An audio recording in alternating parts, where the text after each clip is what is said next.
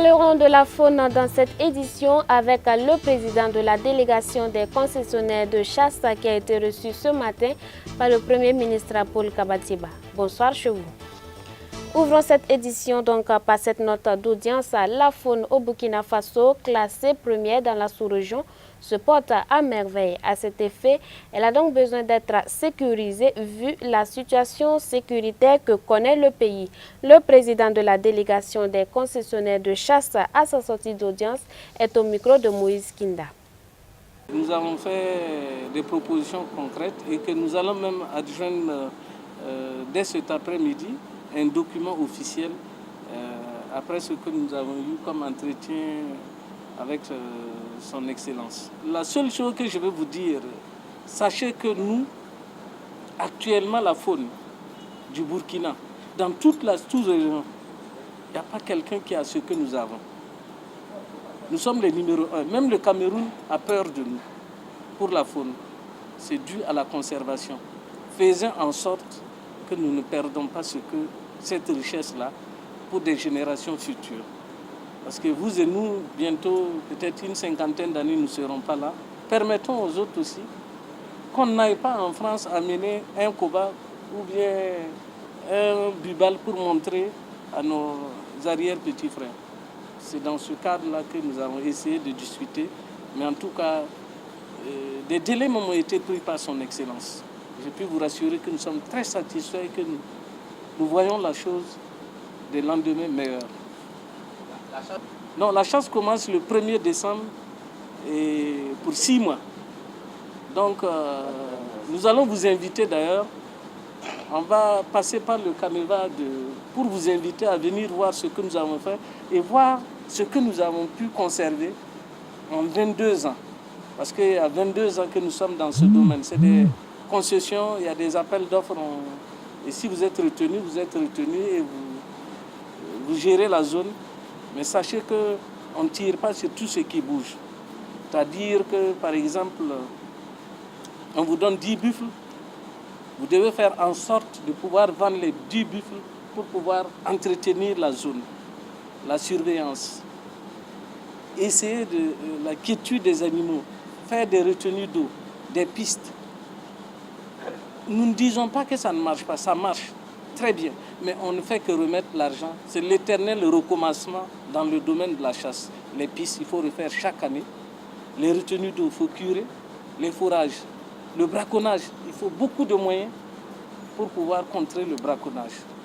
Voilà la seule dame, elles sont 2, mais la plus jeune c'est celle-là, Madame Bombori, qui est dans notre domaine.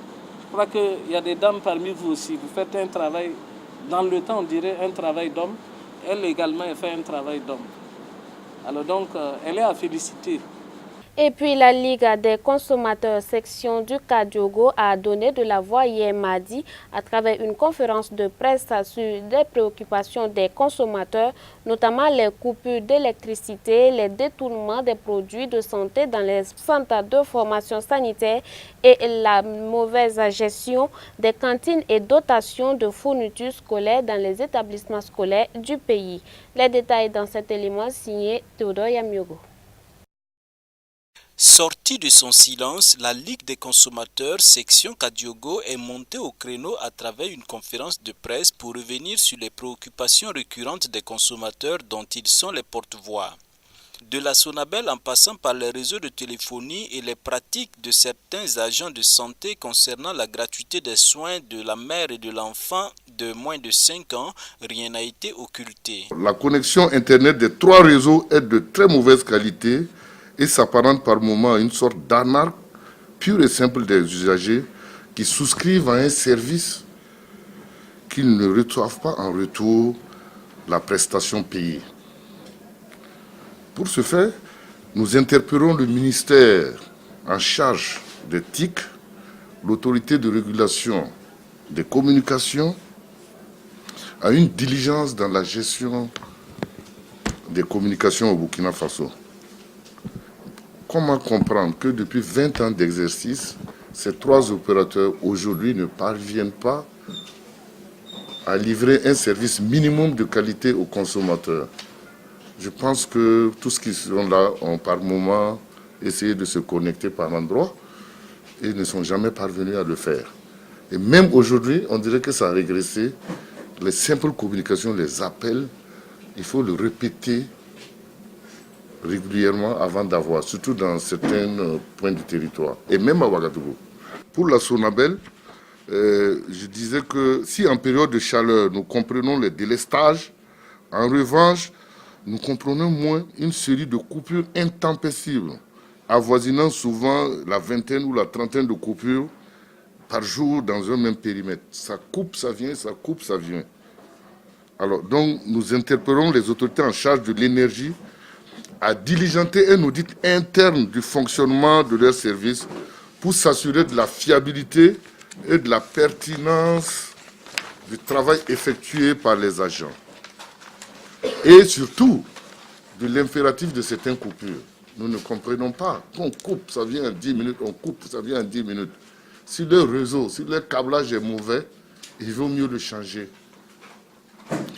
N'y a-t-il pas du sabotage? Souvent, on est amené à se poser des questions. C'est pourquoi nous interpellons les responsables de la nationale d'électricité à suspendre pour 3 mois les pénalités de retard de paiement des factures en compensation des gros dommages infligés aux consommateurs que la Sonabel ne pourrait jamais réparer.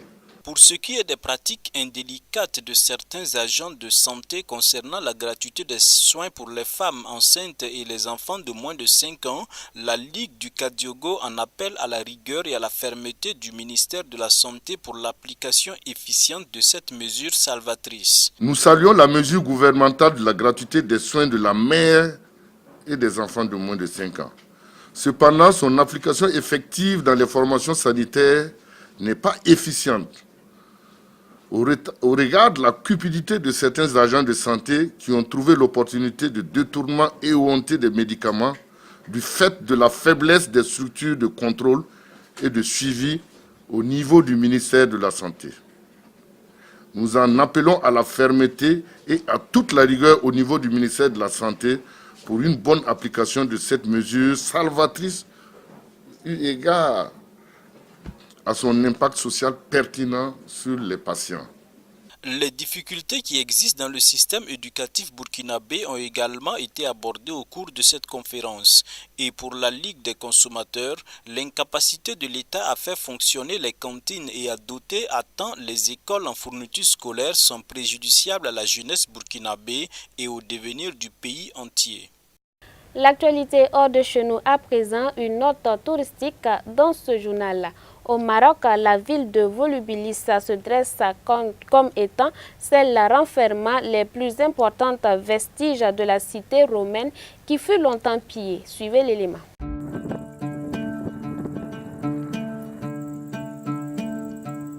Nous sommes à Volubilis. Ici se dressent les vestiges du plus important site romain du Maroc. Et les touristes viennent de plus en plus nombreux admirer ces termes. La ville de Volubilis couvre une superficie de 42 hectares. Les fouilles ont été commencées en 1915. Jusqu'à aujourd'hui, il y a toujours des fouilles. On reçoit des missions, des chercheurs partout, de tout le monde. Classée au patrimoine mondial de l'humanité par l'UNESCO en 1997, cette cité a été fondée vers le IIIe siècle avant Jésus-Christ par une communauté maure. Longtemps pillée, elle est aujourd'hui jalousement gardée pour préserver ses trésors. 14 gardiens la surveillent jour et nuit. Pendant la protectorat français, c'est eux qui ont transporté des objets archéologiques qu'on trouve dans le Louvre. Même à Louvre, on trouve des objets de Volubilis. À Louvre. Comment c'était passé comme en Égypte, comme en Syrie, c'est la même technique. En 2017, plus de 300 000 passionnés d'archéologie sont venus visiter ce site historique que le Maroc veut absolument préserver.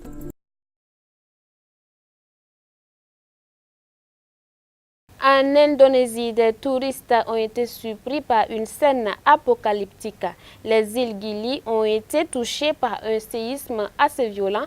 Regardez. Une plage des îles Gili, bondée de touristes qui attendent leur évacuation par bateau sur celle de Lombok. À l'aéroport, les gens sont accablés, les traits tirés. Ils cherchent à fuir l'île, touchée par le séisme d'une magnitude de 6,9. Certains étaient venus passer des vacances, D'autres fêtaient leur lune de miel. On n'aurait pas passé un bon séjour. C'est pas raisonnable de rester, donc voilà, on prend l'avion et à regret, mais c'est la chose la plus raisonnable de ce qu'on fait. Quand ça a commencé à trembler, il nous a fallu 2 secondes pour comprendre ce qui nous arrivait. J'arrivais pas à sortir de la chambre parce que ça tremblait tellement que j'arrivais pas à ouvrir le verrou. En partie endommagé, l'hôpital de la principale ville de l'île a installé des tentes et des lits pour recevoir les blessés. Des milliers de bâtiments ont été touchés. Les secousses ont été ressenties à plus de 100 km de l'épicentre, situé dans la mer au nord de l'île. Les secours continuent leur recherche de survivants dans les décombres. Mon frère voulait rejoindre la rue, mais lorsqu'il a atteint la porte, la lumière s'est éteinte. Nous ne savons pas où il est, mais il devrait être là où le plafond s'est écroulé. La semaine dernière, l'île de Lombok avait déjà été secouée par un premier tremblement de terre, suivi de multiples répliques. Il avait causé la mort de 17 personnes et détruit des centaines de bâtiments sur l'île. Et puis une crise diplomatique a sévi entre le Canada et l'Arabie Saoudite. Les raisons dans cet élément. Des critiques sur les droits de l'homme en Arabie Saoudite qui auront valu à l'ambassadeur canadien de se faire expulser de Riyad. Le royaume saoudien ne s'est pas contenté de cette expulsion. Il a également décidé de rappeler son ambassadeur et de geler toute relation commerciale avec le Canada. Le ministère des Affaires étrangères du Royaume d'Arabie Saoudite a été informé de la déclaration du ministre canadien des Affaires étrangères et de l'ambassade canadienne du Royaume. Une déclaration sur des soi-disant militants de la société civile qui sont emprisonnés et qui appelle les autorités saoudiennes à libérer ces militants immédiatement. De son côté, le gouvernement canadien se dit profondément inquiet de cette décision, mais assume ses propos.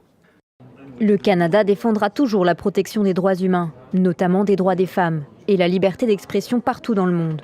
Notre gouvernement n'hésitera jamais à promouvoir ces valeurs, et nous croyons que ce dialogue est crucial pour la diplomatie internationale.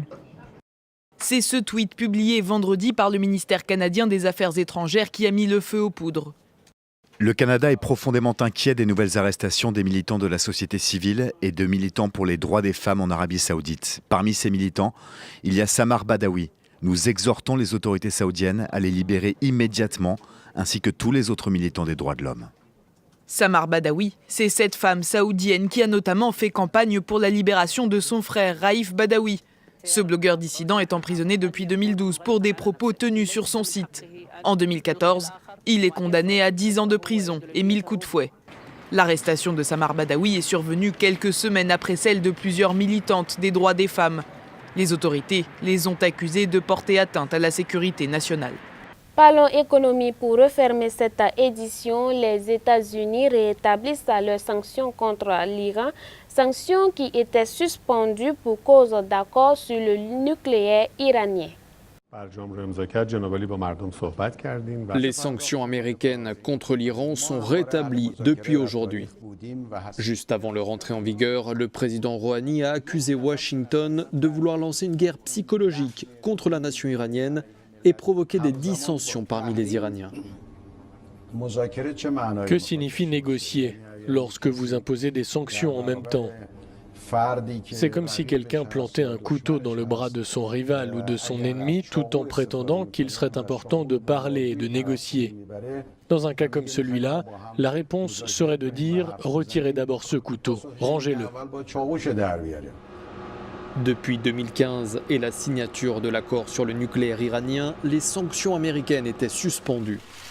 Leur rétablissement est la conséquence du retrait des États-Unis de cet accord, une volonté de Donald Trump actée en mai dernier et qui illustre l'hostilité du président américain envers Téhéran, pour le plus grand bonheur du Premier ministre israélien qui s'en est réjoui ce lundi. C'est un moment important pour Israël, pour les États-Unis, la région et le monde entier. Cela symbolise la détermination à freiner l'agression régionale de l'Iran et son intention de se doter de l'arme nucléaire. J'invite les États européens qui veulent freiner l'Iran à se joindre au mouvement. Il est temps de passer à l'action. C'est exactement ce que les États-Unis ont fait et c'est ce que l'Europe devrait faire. De son côté, l'Union européenne a regretté le rétablissement de ces sanctions et confirmé sa détermination à protéger les opérateurs économiques européens engagés dans des affaires légitimes avec l'Iran. Pour assurer la protection de ces entreprises européennes, l'UE met en place une législation spécifique à partir d'aujourd'hui. Cette première vague de sanctions américaines devrait pénaliser les achats dans les secteurs de l'aviation commerciale et de l'automobile, mais aussi bloquer des transactions financières et l'importation de matières premières. En novembre prochain, d'autres sanctions affecteront les secteurs pétroliers et gaziers et la Banque centrale, de quoi impacter lourdement l'économie iranienne. Ainsi s'achève cette édition. Merci de nous avoir suivis. Je vous donne rendez-vous demain à la même heure. Bonsoir chez vous.